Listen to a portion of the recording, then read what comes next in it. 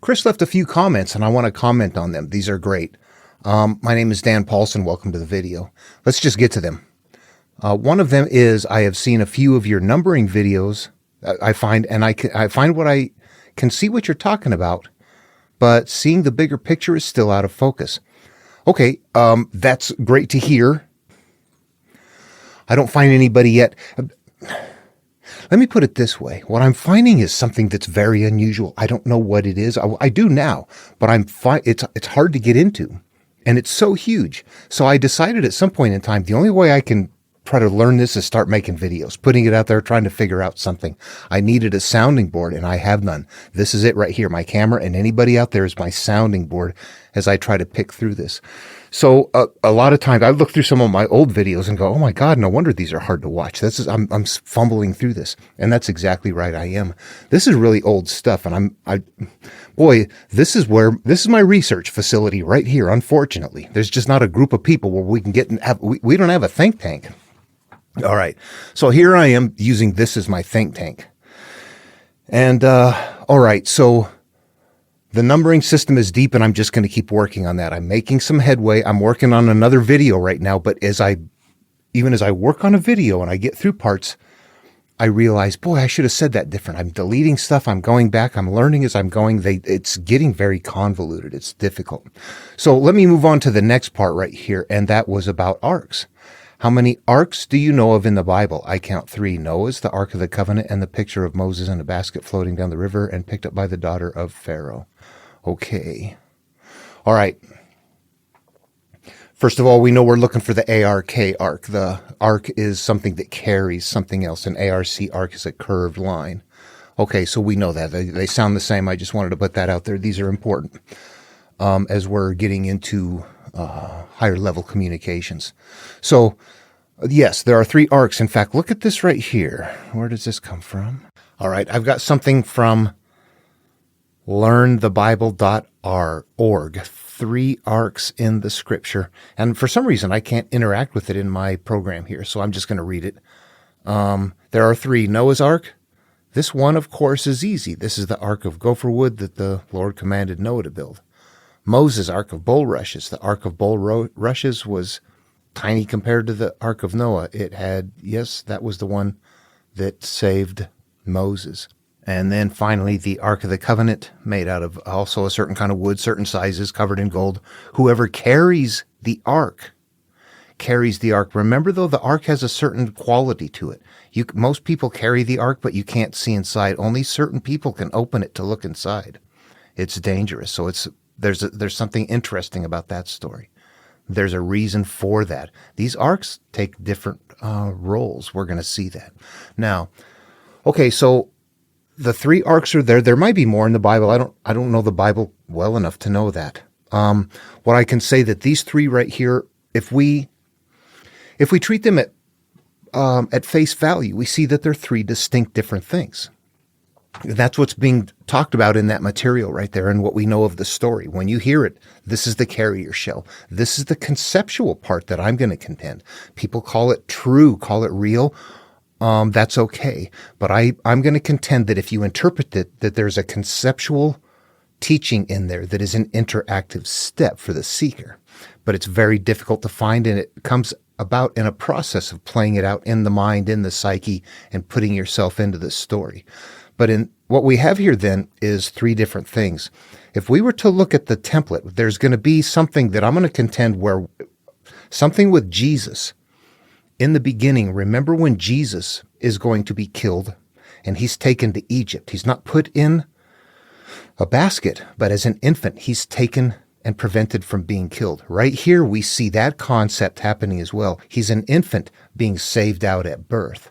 If we went to a story, a Greek myth, contemporaneous with Genesis right here, and that would be the voyage of the Argo. What we're going to find that Jason is a person that is going to be the hero on the mythical story is going to be Jason. But at the start of the story, he's saved out as an infant and sent off someplace.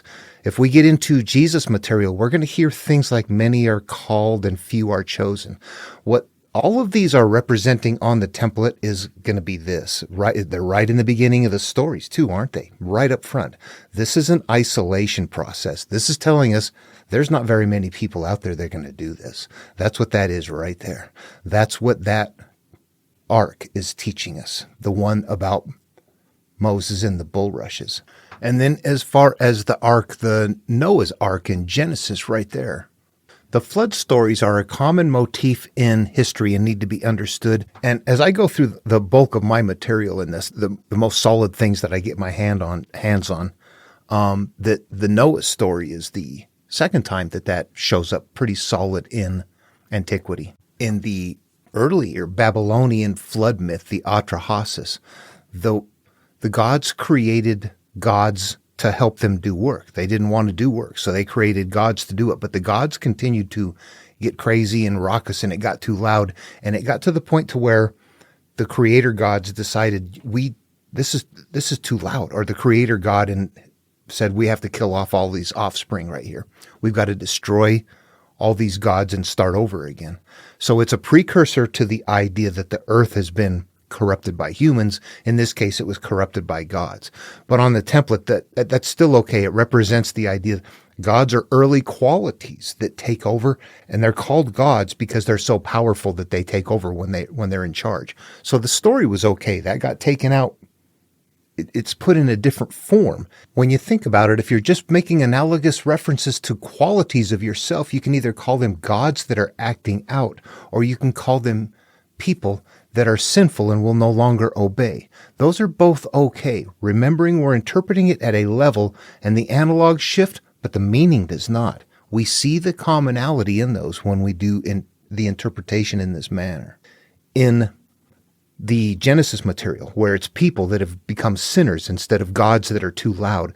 But in any case, they both represent qualities of yourself that you can no longer live with and you need to get rid of. That's the original story from the Babylonians.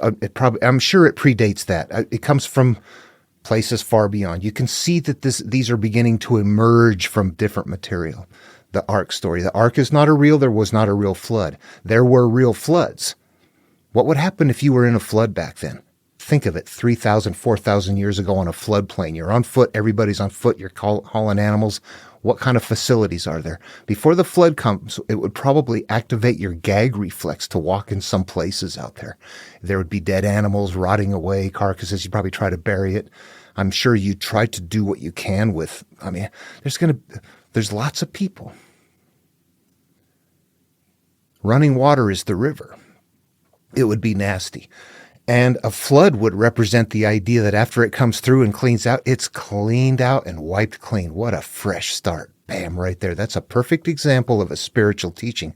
My area is polluted. My mind, my world, my experience is cluttered, and I need to flood it out. So on a self-healing path, when it becomes interactive, that's the teaching of that flood story right there. That one represents the idea that I'm creating a vessel for myself, and it's just an adventure story. It is that you need to take your complicated early self and let it go and emerge on the other side as a simple, pure self again. We didn't know that in life. So the teaching there is for purification. We see that in being held with Noah as well. And when I get into that work, we're going to see that the sizes of the boat are all held in that numbering grid system. What we're going to find out is that ark is made, the sizes, when we interpret those, the ark is made of righteousness. Yeah. Okay.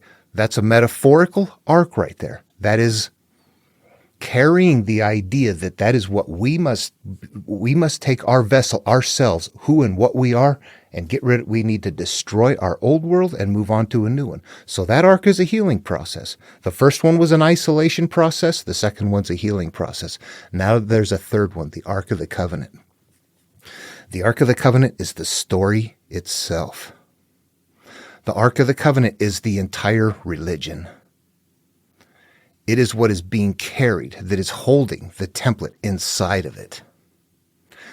If you could, the Ark of the Covenant is just going to be a verbal mechanism. We give it, step outside of that, call it a verbal mechanism, a verbal puzzle, the Ark of the Covenant. We give it a fancy name and we give it an analogous life that we don't want to touch it. It's something that is magical, mystical, supernatural.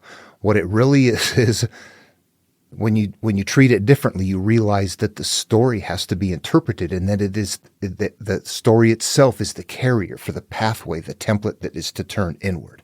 That is what the big arc is. If you are reading an Aesop's fable, you could call that an arc. It's what if I said you have bats in your belfry? Meaning, there's something wrong in your mind, you're crazy, scattered, something like that. But I'm encrypting it in a way that sounds different. That's not very far encrypted. But as simple as that sounds right there, it's putting a meaning in different words. It's hiding a meaning in words. And that's what they're doing because that's what they have and that's what they can do. But they're using analogous verbiage of their culture. But all of them mean something that we can still look at and glean from it. Most people carry the Bible, they don't find that template. There. That's the 3 arcs as far as I see. Yeah, there are 3 there, but they do 3 different things. And that first one, the isolation one, boy, that one is a stretch to call that one an arc. It's looked at that way because it's carrying something, but that's really the part of that story right there isn't the arc. The part of that story is the isolation. Here is a person that is going to be, that doesn't fit with the crowd. Yeah, not many are going to do it. That's what that ark story means. Then the Ark of the Covenant, that's me, that's my vessel. I'm the ark. I need to establish myself of righteousness and appear on the other side uncovered, naked, drunk on wine, buzzed, feeling a new life from the garden of grapes that I've grown, my vineyard that I've started on the other side. These are all representing something. They all have to be interpreted. I've started a new life. I now feel good from it. I've uncovered from what there is. That story goes on. We get covered up by our sons again, but that's that arc. And then the entire, I would say all myth and religion from antiquity, honestly, not just the Abrahamic religion itself, but all of it contains this. It's so hard to see when you get into it. There's a commonality that comes about that it's disparaging to see people fight over the differences. To the outside shell, it's so frustrating. You may not want to get here. All right. Well, okay. Thanks for the question. I wanted to answer that, and I wanted to talk about what I feel on those or how I interpret those. And I think I've done videos on those before, but not really in 1-3 together like this. So, yeah, the comparison of them. All right. Those are my thoughts. It's all theoretical, isn't it? All right. Take care. See you in the next video.